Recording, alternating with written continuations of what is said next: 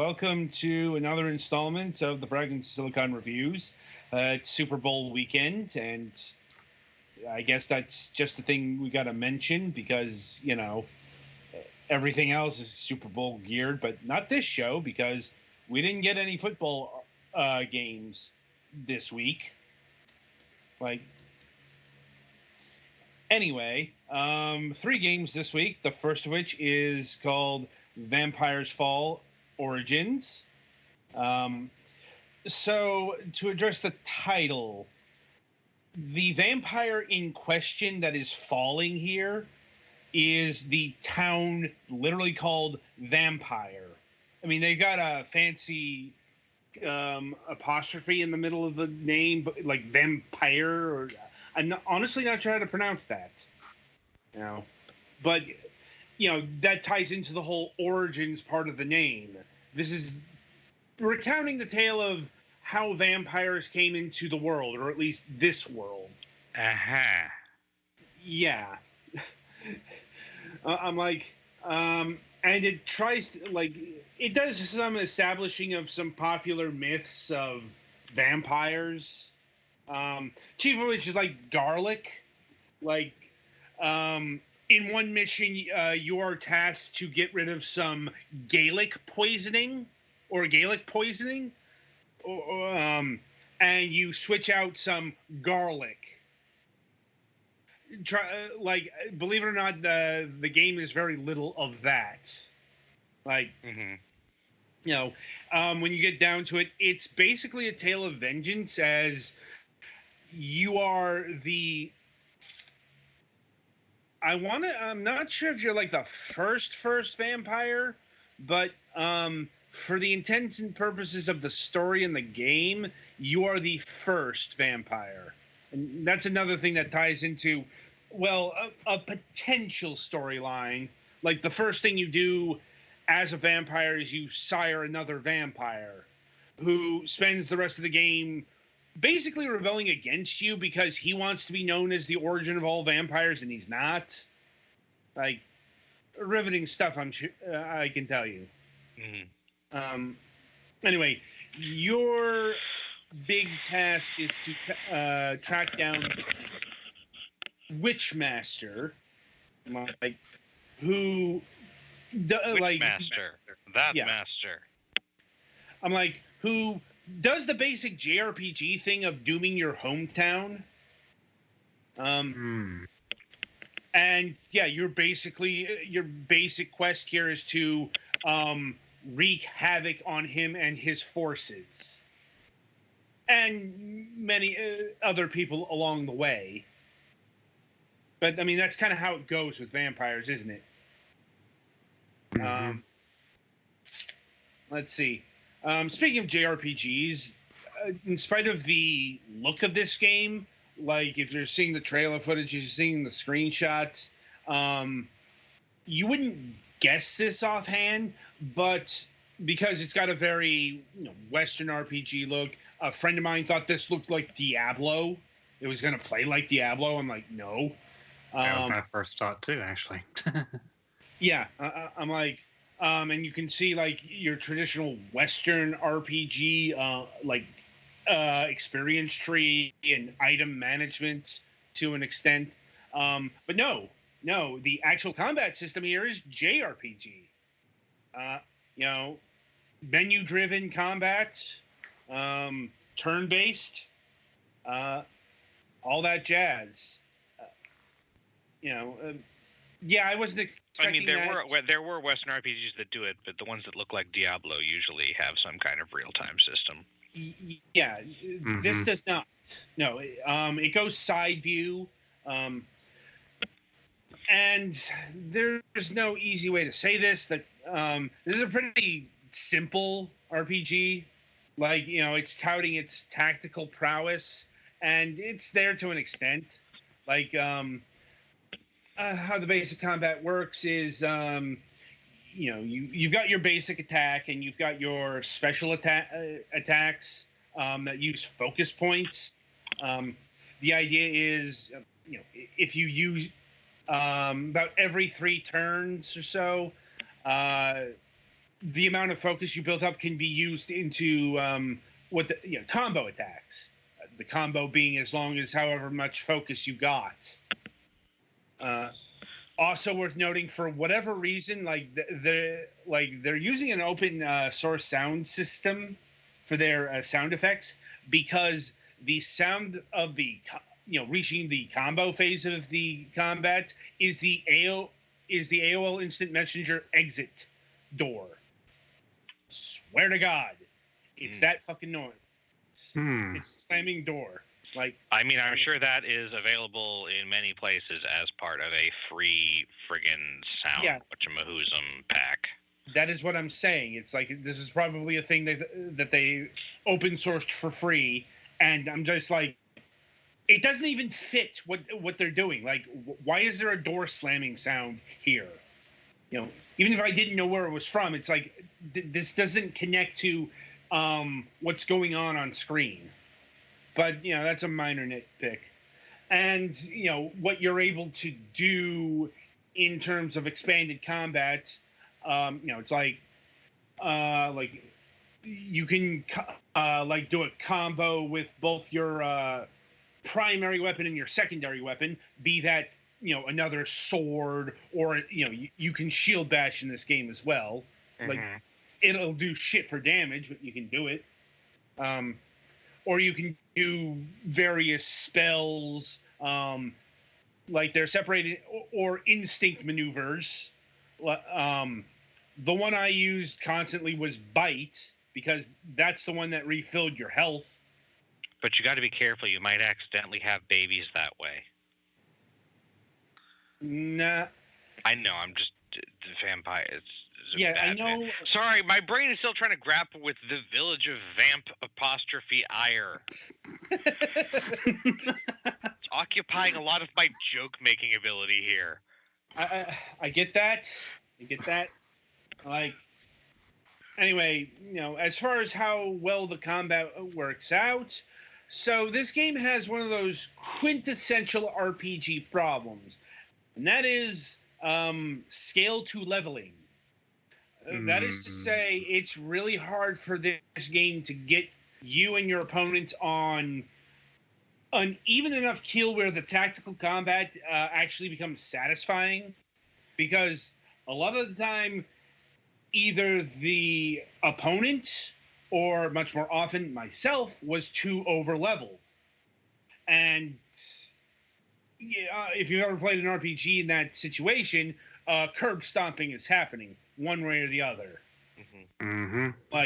And that happened more and more as the game progressed. Like, at endgame, my level 60 vampire is basically a walking god. It's like, even the super special enemies, bosses, aren't providing any real challenge. They're just taking a while because they have a lot of HP. Like, even that isn't stacking up to my Dark Ball attack, which takes about no joke, takes about 500 hit points per shot. And stacking that up in a combo round, there's not much that can stand up to my character. Like, I'm sure there are people who enjoy that kind of OP, nothing can really touch me kind of thing.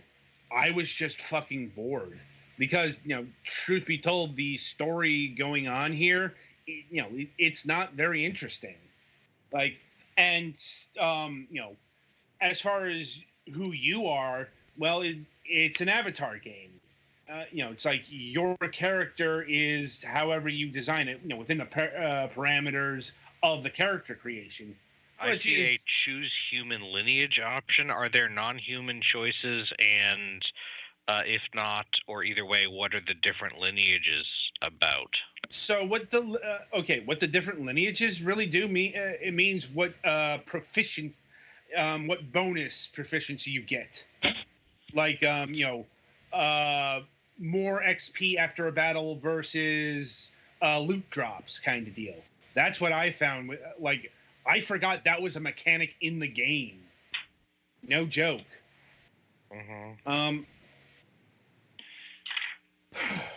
Let's see. There is also a rudimentary crafting system, in the sense that you have like they have potion slots. You can craft potions. There are three kinds of potions. There are your standard health potions of various degrees of effectiveness. There are teleport potions, your fast travel, and there are enemy attract potions, which is actually helpful for a lot of the quests, because a lot of the quests is kill X of enemy. Both. Yes, the bear asses quest. Uh huh. Only minus the proof, I guess. So they're just like, know that you've done it. Yeah, but the main thing you're going to be crafting are bloodstones. What bloodstones are is they're enhancers. Like all of your gear, be it weapons, armor, boots, rings, like capes, any bit of clothing can be enhanced with a bloodstone. And they stack. It's like the more bloodstones you have on a bit of gear, the more powerful it gets, but the harder it is to get attached. Like, the failure rate increases. Like, you're probably going to be attaching about 3-4 of them per item before you upgrade, and you can detach them as well, so they don't go to waste. And there's no penalty to crafting these things.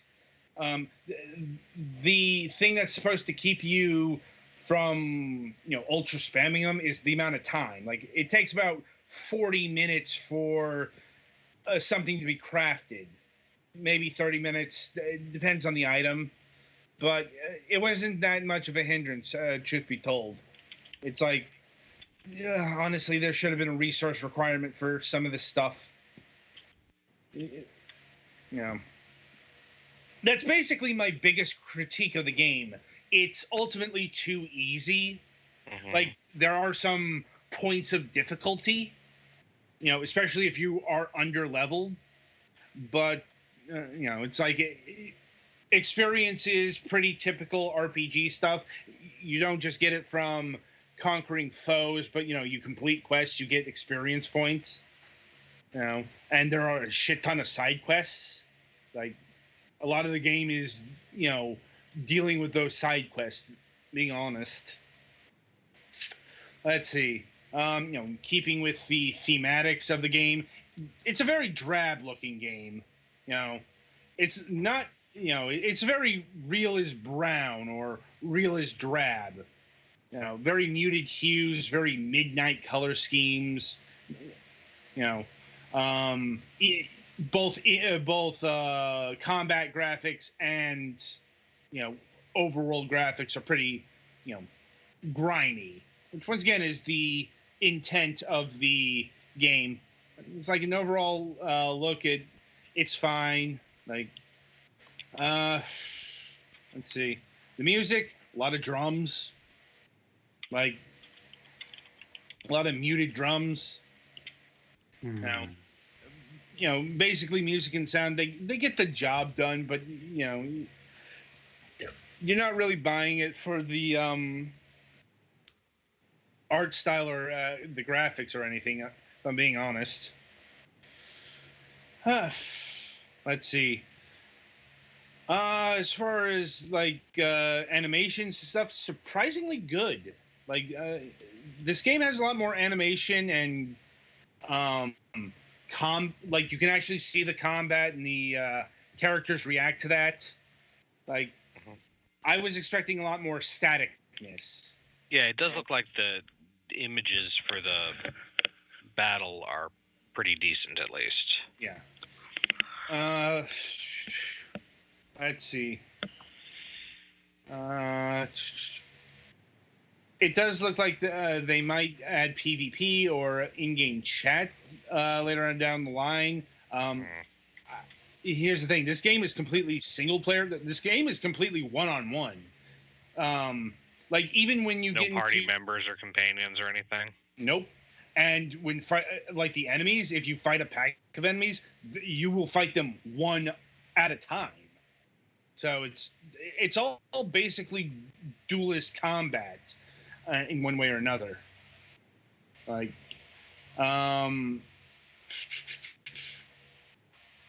Honestly, this game has a lot less going for it than I initially expected. Like, which is kind of a theme with a lot of the RPGs we've been reviewing lately. Like, Deep Space Derelicts from last year had the same problem. Like, it was a little too simple, a little too streamlined for its own good. But even that had a lot more depth than this game did. Like, so let's see. Pricing. This game normally retails for $12.99. It is on sale right now until February 7th for the price of $10.39.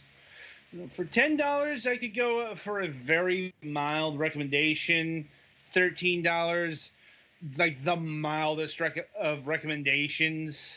I'm like, honestly, on balance, I would recommend last week's Queen's Wish, The Conqueror. A much better, much fuller, much more robust RPG than this. Like, this was okay, but it's the difference between an appetizer and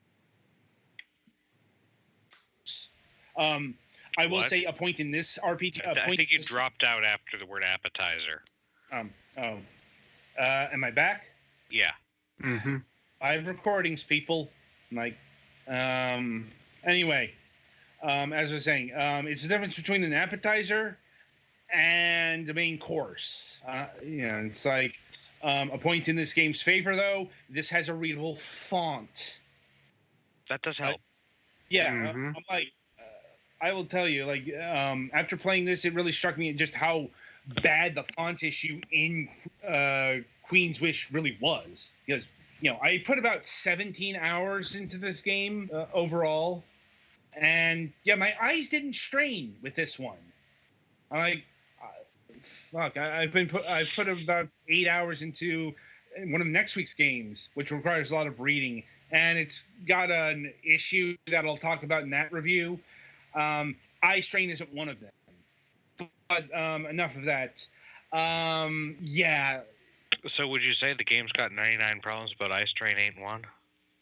Yeah, like maybe not 99 problems, but the problems it does have are small at first, but get ever more profound as you go through the game. Like, honestly, I just stopped because I was so bored with it. Like, which is a shame, But honestly, average game, like, it's fine. Just not much more than that. Like, anyway, so that'll about do it for Vampire's Fall Origins. Be sure to tune in after the break, as Galax will be talking about a game called Delta Squad. Mm-hmm.